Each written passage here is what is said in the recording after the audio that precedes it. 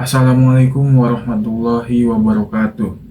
Kembali lagi bersama saya Dani Daniarsyah di program Learning Journal, mata kuliah Teknik Reportase dan Investigasi Berita. Pada pertemuan di hari Senin tanggal 6 Oktober 2025, giliran kelompok 3 yang mempresentasikan hasil makalahnya. Judul makalah kelompok 3 adalah Memahami Jurnalisme Investigasi, Sejarah, Tahapan, dan Prinsip Dasar. Pembahasan yang pertama adalah Sejarah Jurnalisme Investigasi. Di era Orde Lama tahun 1945 sampai 1966. Pada masa Orde Lama, ruang kebebasan pers relatif lebih terbuka dibandingkan periode setelahnya. Dalam situasi tersebut, tampil sosok berpengaruh seperti Mochtar Lubis, pemimpin redaksi harian Indonesia Raya. Surat kabar ini sering dianggap sebagai pelopor jurnalisme investigasi di Indonesia karena keberaniannya membongkar praktik korupsi, penyalahgunaan wewenang, hingga skandal moral pejabat tinggi negara. Salah satu liputan investigatif yang cukup terkenal adalah pengungkapan dugaan korupsi dalam biaya percetakan kartu suara pemilu, yang bahkan menyeret nama tokoh penting seperti Menteri Ruslan Abdul Ghani. Di era Orde Baru tahun 1966 sampai 1998, saat memasuki era Orde Baru, kondisi pers mengalami perubahan besar. Pemerintahan Soeharto menerapkan pengawasan ketat terhadap media dengan alasan menjaga stabilitas dan mendukung pembangunan. Setiap penerbitan diwajibkan memiliki surat izin usaha penerbitan pers, yang kemudian dijadikan instrumen kontrol dan tekanan oleh pemerintah. Di era reformasi tahun 1998 sampai 2010, runtuhnya Orde Baru tahun 1998 membuka era baru bagi jurnalisme investigasi di Indonesia. Pencabutan regulasi yang ketat serta disahkannya Undang-Undang Pers Nomor 40 Tahun 1999 menghadirkan landasan hukum bagi kebebasan pers. Praktik pemberedelan pun berakhir, sehingga media memperoleh ruang lebih bebas untuk menjalankan liputan kritis. Di era digital dan kolaborasi global di tahun 2010 sampai sekarang, era digital menghadirkan perubahan besar bagi jurnalisme investigasi di Indonesia yang kini semakin terintegrasi dengan jejaring global. Indonesia turut ambil bagian dalam proyek investigasi lintas negara seperti Panama Papers tahun 2016 dan Pandora Papers tahun 2021 melalui kerjasama media lokal dengan ICIJ atau International Consortium of Investigative Journalists.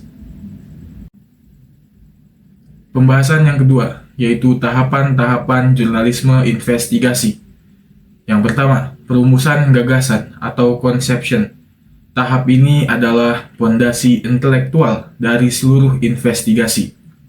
Jurnalis harus mengidentifikasi dan membenarkan sebuah isu yang tidak hanya menarik, tetapi juga memiliki nilai publik yang substansial, biasanya melibatkan dugaan penyalahgunaan, kekuasaan, atau pelanggaran sistematik yang disembunyikan. Yang kedua, studi kelayakan dan keputusan lanjut atau feasibility and go atau no-go decision. Setelah gagasan terbentuk, sebuah analisis risiko dan sumber daya yang realistis harus dilakukan. Studi kelayakan ini memiliki 3 elemen utama, yaitu akses informasi, seberapa sulit mendapatkan dokumen atau narasumber kunci, sumber daya atau apakah tim memiliki waktu, anggaran, dan keahlian yang memadai, dan resiko. Yang ketiga, pengumpulan dasar atau base building. Base building adalah fase membangun fondasi informasi yang kokoh sebelum penyelidikan lapangan yang berbahaya dimulai. Jurnalis mulai secara sistematis membangun jaringan narasumber rahasia dan terbuka, dan yang paling penting, mencari dokumen publik seperti laporan tahunan perusahaan, catatan pengadilan, atau data pemerintah untuk mengidentifikasi pola, kerangka waktu, dan aktor kunci. Yang keempat, perencanaan detail dan logistik atau planning. Perencanaan detail adalah perumusan cetak biru operasional investigasi. Tahap ini mencakup penetapan angle cerita yang akan digunakan, penyusunan story outline yang berfungsi sebagai peta narasi, dan alokasi tugas spesifik kepada tim. Fokus utama perencanaan adalah manajemen resiko dan protokol keamanan. Yang kelima, riset dan pengumpulan fakta di lapangan atau original research. Ini adalah tahap pencarian jejak yang intensif. Jurnalis menerapkan metodologi investigasi melalui 3 pilar, yaitu jejak dokumen atau paper trail, melacak surat, kontrak, dan transaksi, jejak orang atau people trail. Yang keenam, evaluasi, verifikasi, dan pengujian informasi. Verifikasi adalah jantung etika jurnalisme investigasi. Setiap informasi, mulai dari kutipan narasumber hingga angka dalam dokumen harus diverifikasi silang dengan minimal 2 sumber independen. Yang selanjutnya, menutup kekurangan atau filling the gaps. Terlepas dari perencanaan yang cermat, tahap verifikasi hampir selalu mengungkap adanya celah data, kontradiksi, atau pertanyaan yang belum terjawab. Filling the gaps adalah fase di mana jurnalis kembali ke lapangan untuk mencari dokumen yang hilang atau melakukan wawancara konfirmasi terakhir. Selanjutnya, penulisan dan penyuntingan. Fase ini mengubah kumpulan fakta menjadi cerita yang kuat dan mudah dipahami. Selanjutnya, publikasi dan tindak lanjut. Publikasi adalah momen penting, namun bukan merupakan penutup pekerjaan. Sebagaimana dijelaskan oleh Weisbord, laporan investigasi yang efektif bertujuan untuk memicu akuntabilitas dan reformasi sosial atau kebijakan. Pembahasan yang ketiga adalah prinsip-prinsip dasar jurnalisme investigasi. Yang pertama, komitmen pada kebenaran. Prinsip utama yang membedakan jurnalisme investigasi dengan jurnalisme lain adalah komitmen terhadap kebenaran. Untuk seorang jurnalis investigasi, fakta adalah fondasi utama. Namun, fakta tidak cukup hanya berupa data mentah. Fakta harus ditempatkan dalam konteks yang tepat agar publik memahami hal tersebut secara utuh. Yang kedua, independensi dan objektivitas. Independensi adalah prinsip penting karena tanpa kebebasan, hasil investigasi bisa terdistorsi. Seorang jurnalis investigasi harus tetap netral, tidak tergantung pada kepentingan politik atau ekonomi tertentu. Yang ketiga, verifikasi dan akurasi data. Liputan investigasi membutuhkan proses verifikasi yang ketat. Setiap data harus dicek kebenarannya dari berbagai sumber. Yang keempat, mengutamakan kepentingan publik. Seluruh liputan investigasi harus dipandu oleh kepentingan masyarakat.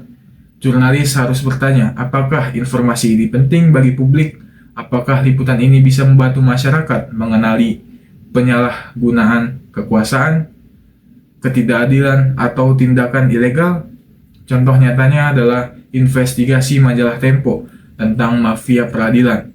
Liputan tersebut mengungkap adanya praktik suap dan jual beli perkara di pengadilan yang merugikan kepentingan masyarakat luas. Yang kelima, etika jurnalistik. Dalam praktiknya, jurnalis investigasi seringkali menggunakan cara-cara khusus seperti berpura-pura, memakai kamera tersembunyi, atau merekam secara rahasia. Meskipun cara-cara tersebut bisa memberikan hasil yang baik, penggunaannya tetap harus memperhatikan pedoman etika. Yang selanjutnya, keberanian dan perlindungan diri. Melakukan liputan investigasi berarti menghadapi resiko. Jurnalis bisa mendapat ancaman, intimidasi, bahkan terjadi kekerasan.